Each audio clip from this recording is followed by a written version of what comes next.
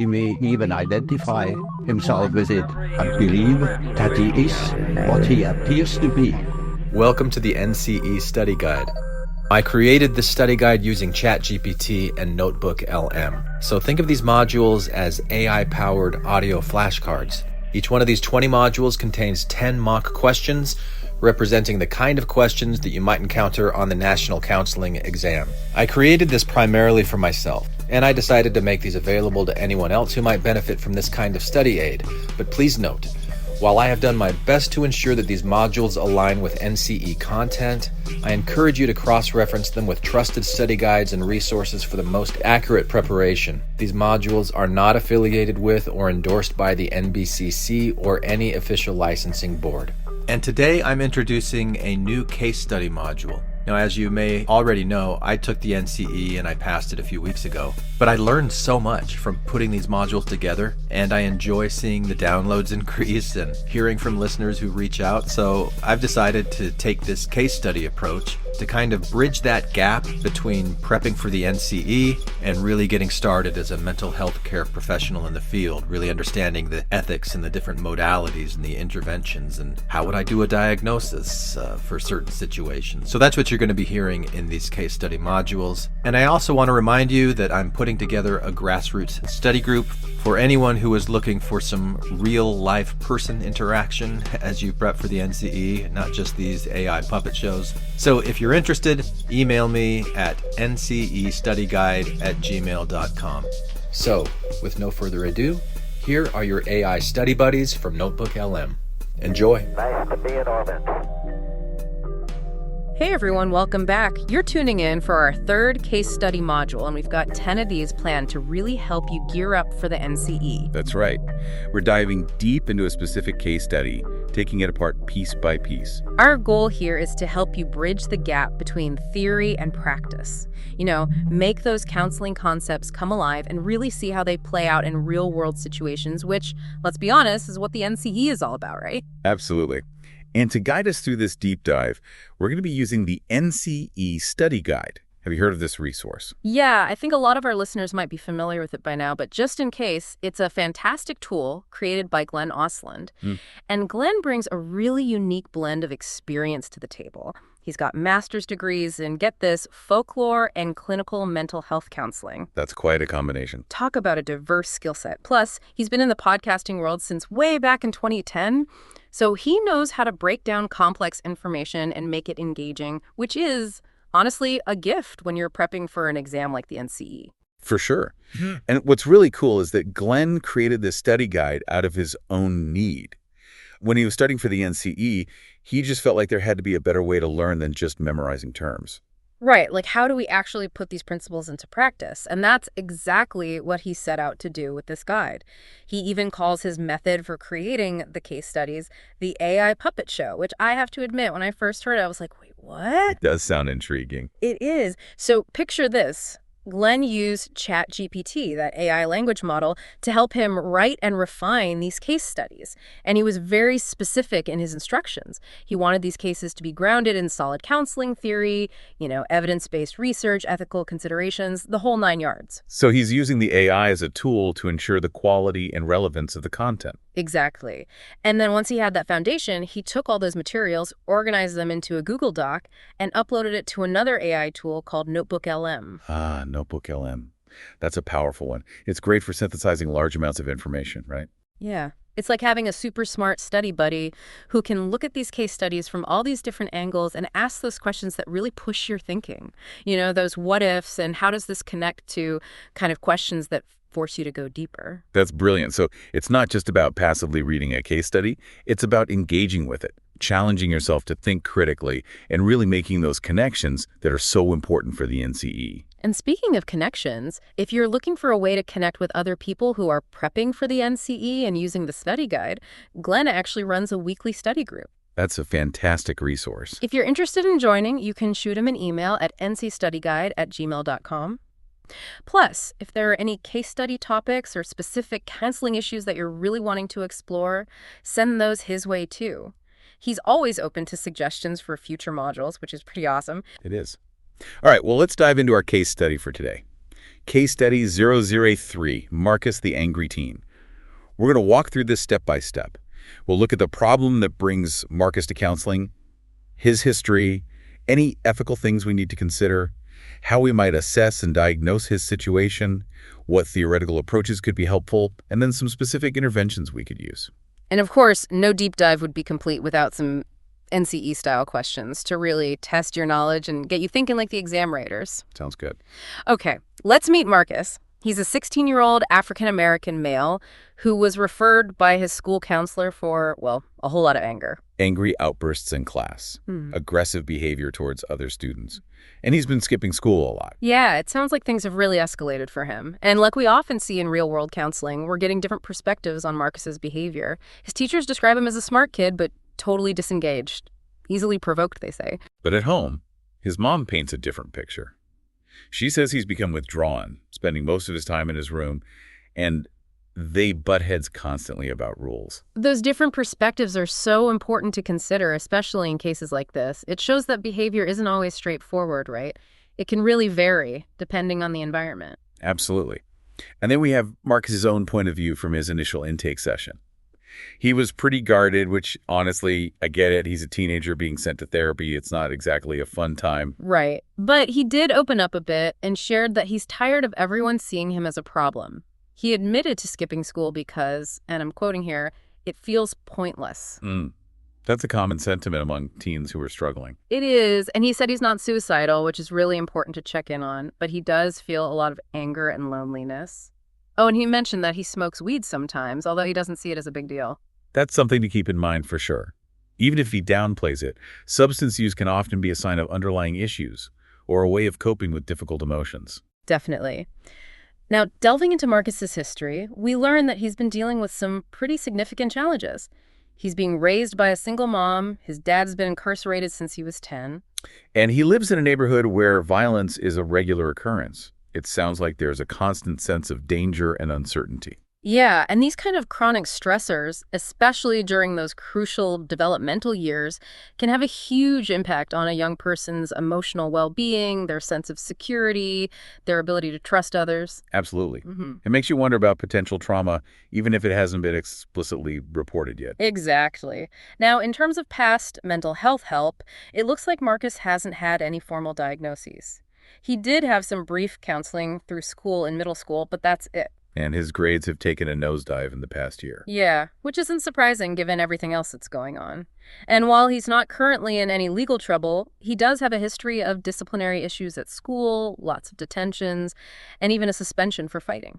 So we're seeing a pattern here, right? Escalating difficulties, especially at school, and all of this against a backdrop of some serious adversity at home and in his community. Right.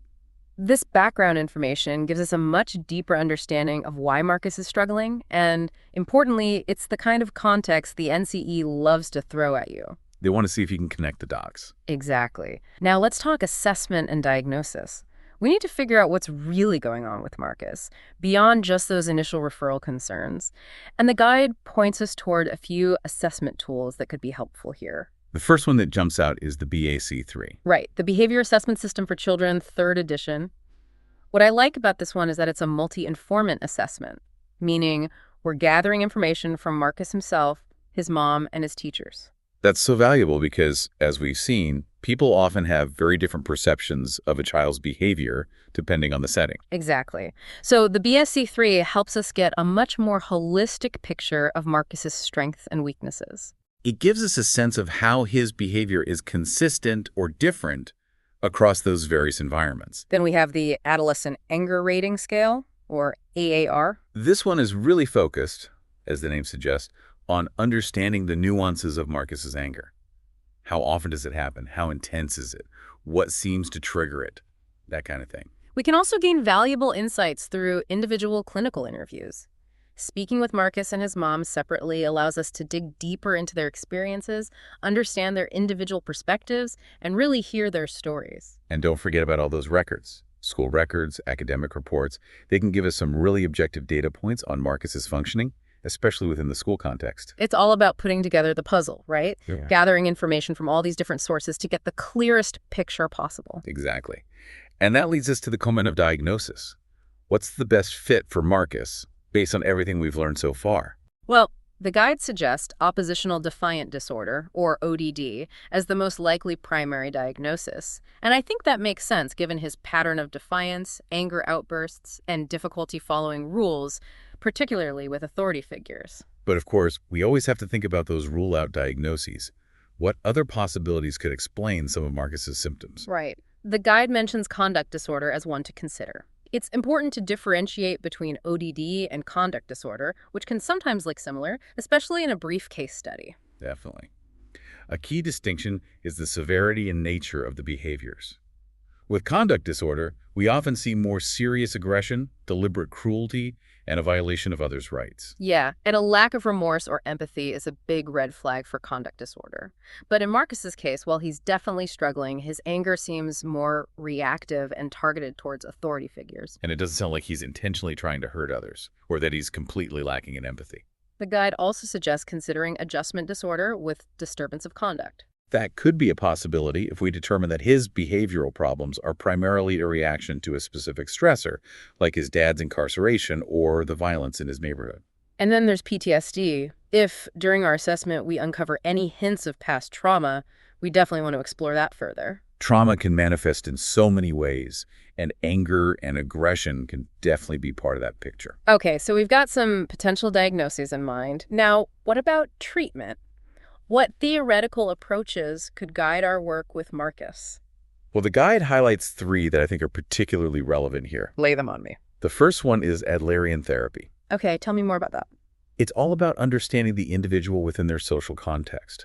It focuses on social connection, the idea that we all have this innate drive to belong and feel significant, and the ways in which our beliefs about ourselves and others can lead to those, well, mistaken goals. Like maybe Marcus is acting out because he feels powerless at school and at home, and this is his way of trying to gain some control. Exactly. And Adlerian therapy really emphasizes encouragement, helping individuals develop a stronger sense of belonging and finding ways to contribute to their communities. I can see how that would be helpful for Marcus, especially given his feelings of isolation and his struggles with authority figures. The second theoretical approach is behavioral therapy. This one's all about action, understanding how behaviors are learned and maintained, and then using practical strategies to change those patterns. So in Marcus's case, that might look like creating a reward system for attending class and completing assignments, or working with his teachers on strategies to manage his anger in the moment. Exactly. And the nice thing about behavioral therapy is that it can be applied in lots of different settings. So we could collaborate with his mom and teachers to create consistency in how his behaviors are being addressed at home and at school. That consistency is so important for behavior change. Agreed. And then we have trauma-informed cognitive behavioral therapy, or TFCBT. Now, this one stood out to me because, as we discussed earlier, Marcus hasn't explicitly reported any trauma. But the guide suggests that, given his history, a trauma-informed approach is still warranted. That makes sense. Even if he hasn't disclosed specific traumatic events, his life experiences, like living in a high-violence neighborhood and having his father incarcerated, suggest a high likelihood of trauma exposure. So it's about approaching Marcus with that understanding that his anger and defiance might be stemming from those experiences. And it's about creating a therapeutic space where he feels safe and supported, even if we're not directly processing trauma memories right away. Exactly. That sense of safety and trust is essential, especially when working with someone who might have experienced trauma. Okay, we've covered a lot of ground with Marcus's case. Now, are you ready to put your knowledge to the test with some NCE-style questions? Bring them on. All right. Question number 1. What is the most appropriate ethical approach to confidentiality when working with Marcus, a 16-year-old minor? Here are your choices. A, guarantee full confidentiality to increase rapport. B, share all information with his mother since she provided consent. C, explain confidentiality and its limits to Marcus and his mother. D, avoid discussing confidentiality to prevent confusion. So basically, how do we ethically handle privacy when working with a minor? Precisely. What's the right answer? The correct answer is C. Explain confidentiality and its limits to Marcus and his mother. We can't promise complete confidentiality with a minor because there are legal and ethical obligations to consider. We might have to break confidentiality if there's a safety concern, for example, if he's going to hurt himself or someone else. Right, or if there's any indication of abuse. Exactly. So it's crucial to be upfront with both Marcus and his mom about what is confidential and what isn't. This transparency helps build trust, ensures we're practicing ethically. Question 2. Which diagnosis best fits Marcus's presentation of defiance, anger, and rule-breaking without serious violation of others' rights? Your options: A, conduct disorder, B, oppositional defiant disorder, C, ADHD combined type, D, disruptive mood dysregulation disorder. So which diagnosis best captures those specific behaviors without involving, extreme aggression or harm to others? Right. What do you think? I'd say the best fit here is B, oppositional defiant disorder. The core features of ODD, that angry mood, the argumentativeness, the defiance, particularly towards authority figures, it really aligns with what we're seeing in Marcus. And as we discussed earlier, the key here is that his behavior, while disruptive, doesn't seem to reach the level of severity we'd see with conduct disorder. Right. And while ADHD and DMDD can involve similar externalizing behaviors, they don't quite capture the specific pattern of defiance and anger that's so central to Marcus's presentation. Okay, question 3. Which theoretical approach would most focus on Marcus's need for belonging and social interest? You can choose from A, cognitive behavioral therapy, B, Adlerian therapy, C, Gestalt therapy, D, rational emotive behavior therapy. So we're looking for the theory that really emphasizes that innate human desire to connect, to feel like we belong, and to contribute to something bigger than ourselves. Right. Which one is it? I'm going with B, Adlerian therapy. That focus on social interest, that's a hallmark of Adlerian thought.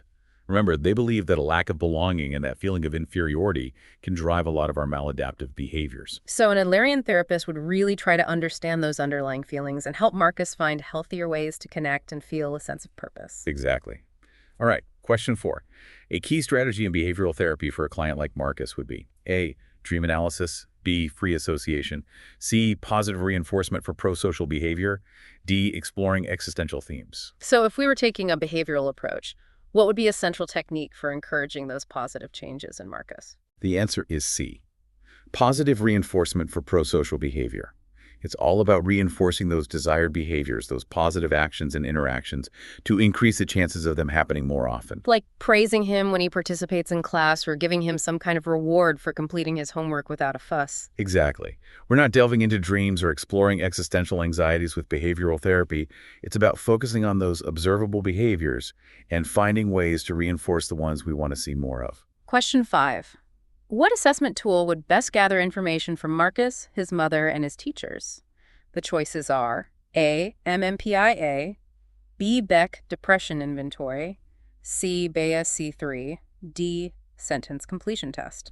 This one is all about getting those multiple perspectives, remembering that different people might be seeing different things depending on their relationship to Marcus and the setting they're observing him in. Right, so which tool fits the bill? It's C, BAC3. Remember, the Behavior Assessment System for Children, 3rd edition, is designed specifically for this purpose. It allows us to collect information from the child, the parent, and the teacher, giving us a much more comprehensive picture of the child's functioning across various environments. Excellent. Question 6. What is an appropriate role of the school counselor in Marcus's case? A, diagnose and prescribe medications. B, implement behavioral tracking and collaborate with therapist. C, avoid involvement due to confidentiality laws. D, refer Marcus to alternative school. So thinking about Marcus's situation and the resources available within the school system, what would be a suitable way for the school counselor to get involved? What do you think? I'd say the most appropriate role is B, implement behavioral tracking and collaborate with therapist. School counselors can be a huge asset in cases like this. They can monitor Marcus's behavior at school, provide support, and work with his therapist to implement those behavior plans we talked about earlier. It's all about teamwork, right? Question 7. If Marcus reports feeling unsafe walking to school, what is the ethical responsibility of the counselor? Here are your choices. A, ignore the report unless physical abuse is disclosed. B, call the police to investigate. C, explore safety planning and consult with school staff or social services. D, tell Marcus to just take a different route. So let's say Marcus expresses concerns about his safety getting to school.